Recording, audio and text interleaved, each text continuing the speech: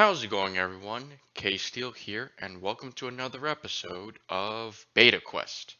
Metroid. Who doesn't love Metroid? It's a series of games that pioneered the Metroidvania genre. Or, well, there's probably a formal term for it, but I don't know. Well, regardless, it established the genre of exploring massive worlds with platformer controls and designs, collecting items, and using them to explore new areas. It's great. After a decade or two of 2D Metroids, we are then introduced to this brand new approach to Metroid Prime, a 3D first-person adventure interpretation of that classic game style. It was amazing.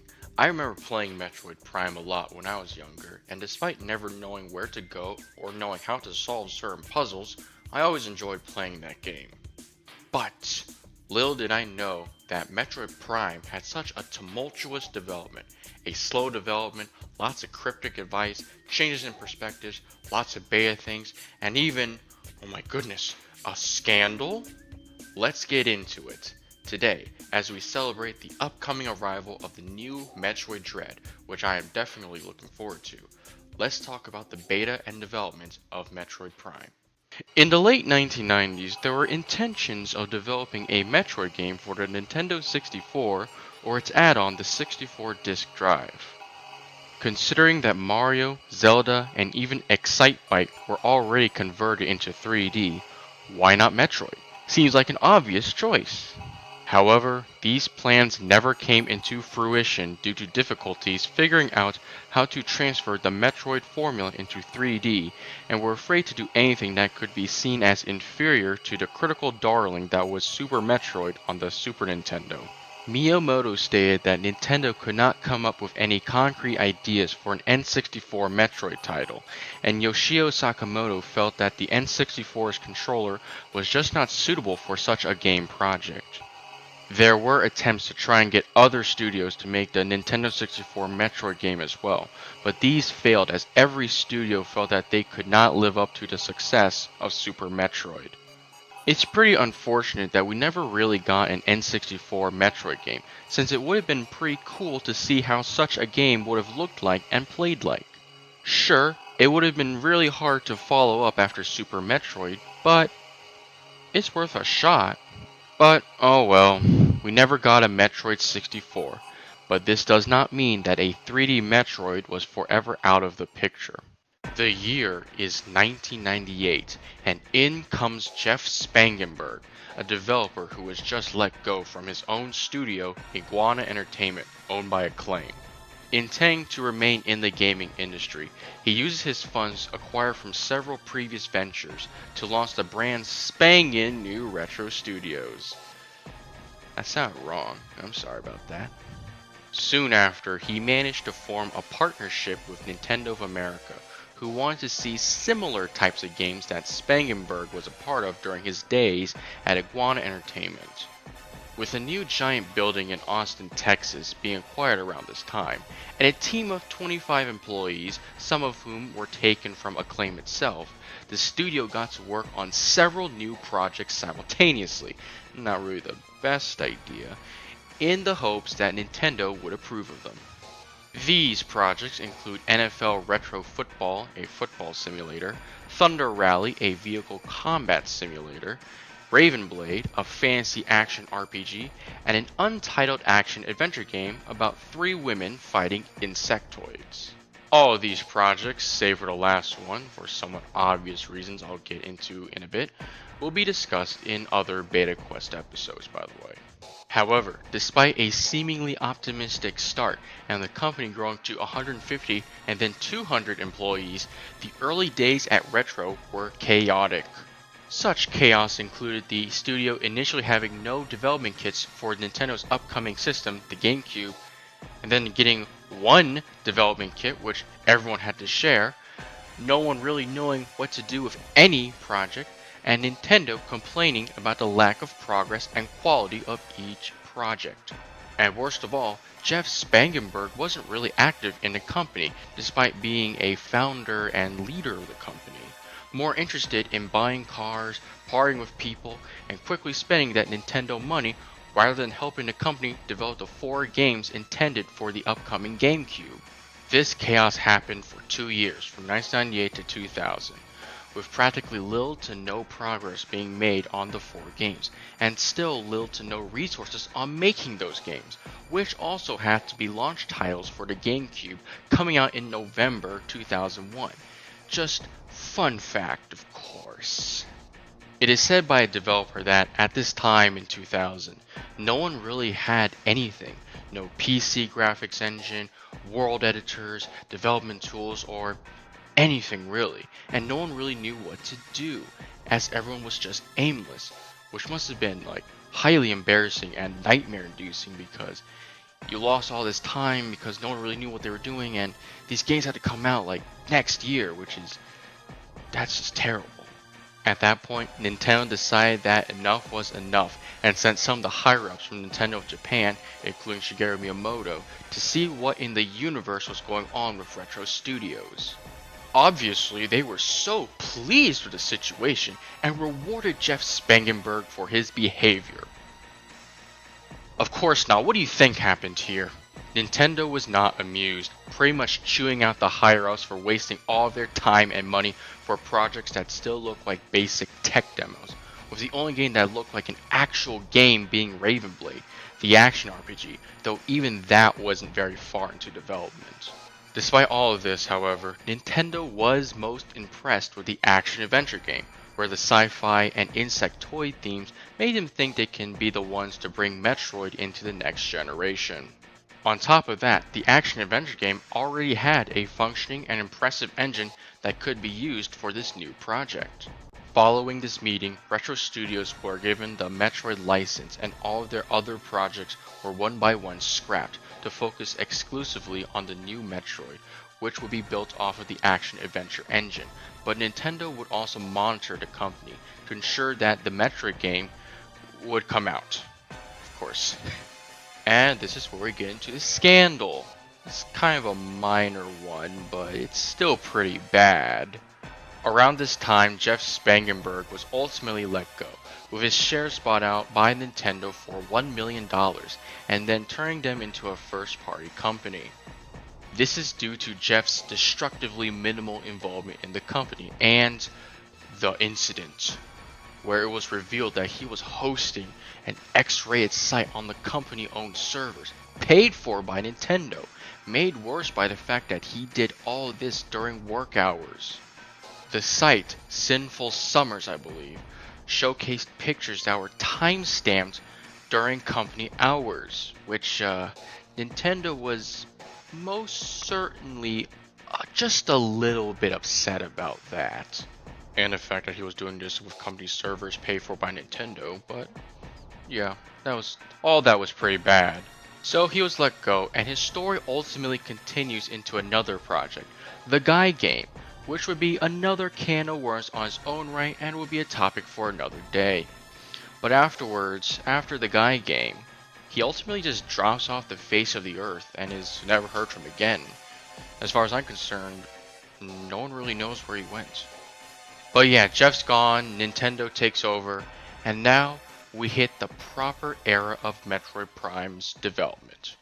Despite the shift in management, a seemingly added year to the deadline for Retro Studios' first game now moved from November 2001 to November 2002, though I'm not sure when this decision happened, and the new focus on the new Metroid, things were still crazy in the development rooms, with high pressure from Nintendo to ensure that this game would be satisfactory and released on time.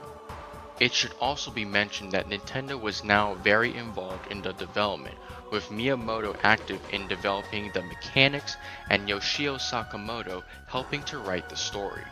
Early in development, it was intended for the game to feature a third-person perspective, since the leads and developers from Retro felt that the third-person perspective was the easiest and probably only way to properly convey classic Metroid mechanics in 3D, like the Speed Booster and Morph Ball. However, Miyamoto thought otherwise, feeling that a third-person approach would have been awkward to play with, and a first-person perspective would make shooting and exploration easier, more intuitive, and more immersive. Ultimately, a compromise was decided upon, with the game primarily being in first person, but certain abilities and situations, like the Morph Ball, would see a smooth transition into a third person perspective, a decision that seemingly caused the entire project to be scrapped and restarted. With this new direction in mind, the developers, according to Mike Bassini and Michael Kobalt, knew that they didn't want to just make a first-person shooter with a Metroid skin, as they wanted to ensure that the themes and concepts of Metroid were kept for this new 3D hybrid first-third-person action-adventure game. This process proved difficult, as the team struggled to integrate these Metroid concepts, mechanics, and ideas into this 3D game with the shifting perspective. Some mechanics like the speed booster were cut out altogether as a result, and the Morph Ball was almost one of these cut features, with Retro feeling that the Morph Ball was too complex to integrate and that they could do the game without it. But Miyamoto stated that if they could not make this first-third hybrid thing work with the Morph Ball, the game could not be made, so they trudged through experimentation and managed to make the whole thing work, enough for Miyamoto to approve of the whole thing, a major milestone that Retro needed and managed to reach. Another strange situation was a bit of cryptic advice from Miyamoto, where he questioned what it would be like if Samus had the head of a fly. This was a bit confusing for Retro at the time, but they eventually realized that he was talking about changing perspectives via changing visors, which could be used for various mechanics and puzzles. This gave birth to various visor power-ups used for puzzles and combat stuff, and the scan visor, which was used for world building and lore. Miyamoto, you're something else, but we appreciate you for that. Around this time, Metroid was far enough in development to be shown off in the public, with the game first shown off as a 10-second demo in Space World 2000, where tech demos for the GameCube were being shown off. Go figure. The game would be occasionally discussed and shown off during 2000 and 2001, where the public learned of the newcoming and American Retro Studios' involvement, and the game being in first person, where Nintendo clarified that the focus on exploration and adventure made a first-person adventure, not a first-person shooter. Get it right, y'all. This decision to make Metroid Prime a first-person adventure game had fans and critics skeptical, as Nintendo was essentially turning a series known for 2D side-scrolling into something that looked like an FPS, which was a radical departure from the classics, and people were worried that the game would be too different for their liking.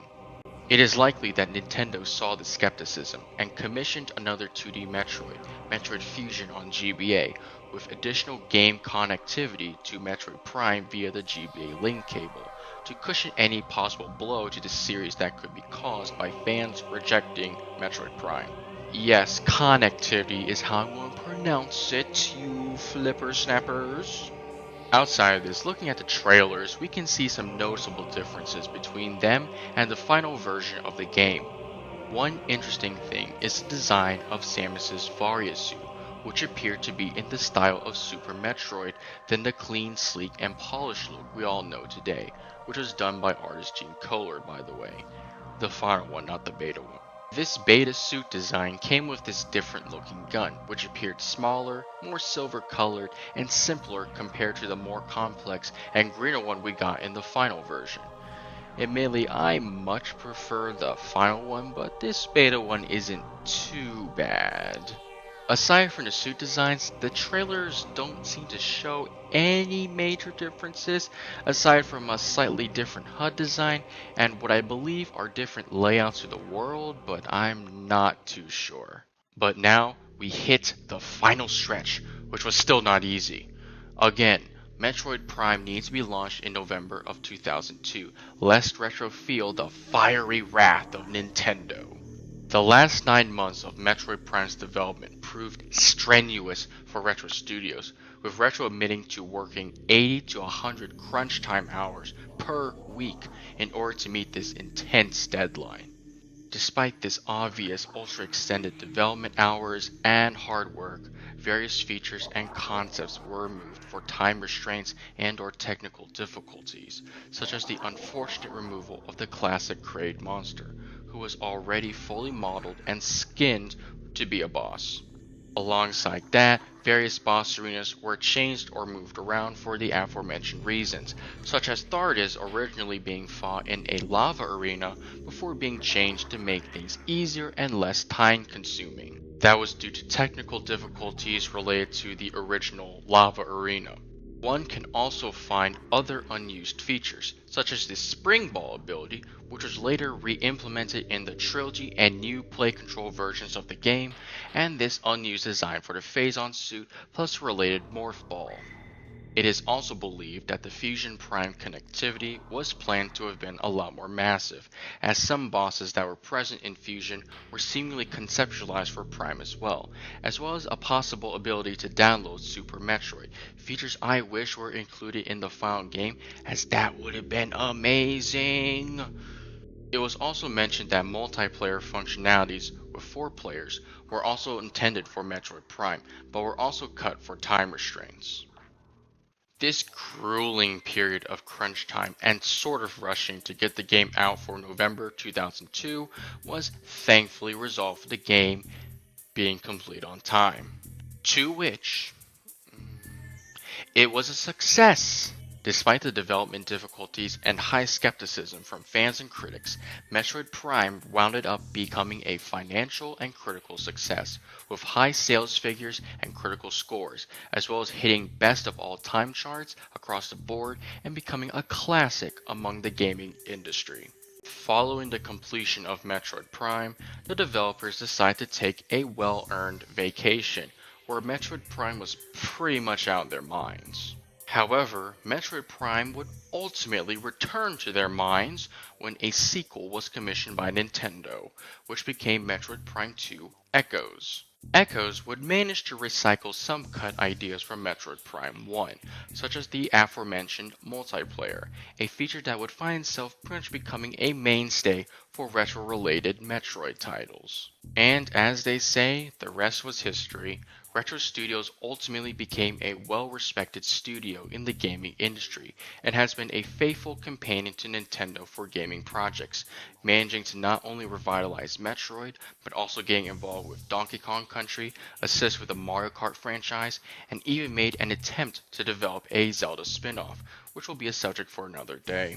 And while Metroid Prime 4 has been quietly dormant as of this video, fans were pleased to hear about the return of Retro Studios to be the prime developers for the game. But that pretty much was the development and beta of Metroid Prime.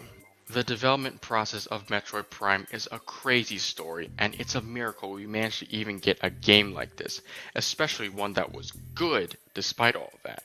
And even though many potentially awesome features were cut, I am glad that we managed to get Metroid Prime in the end.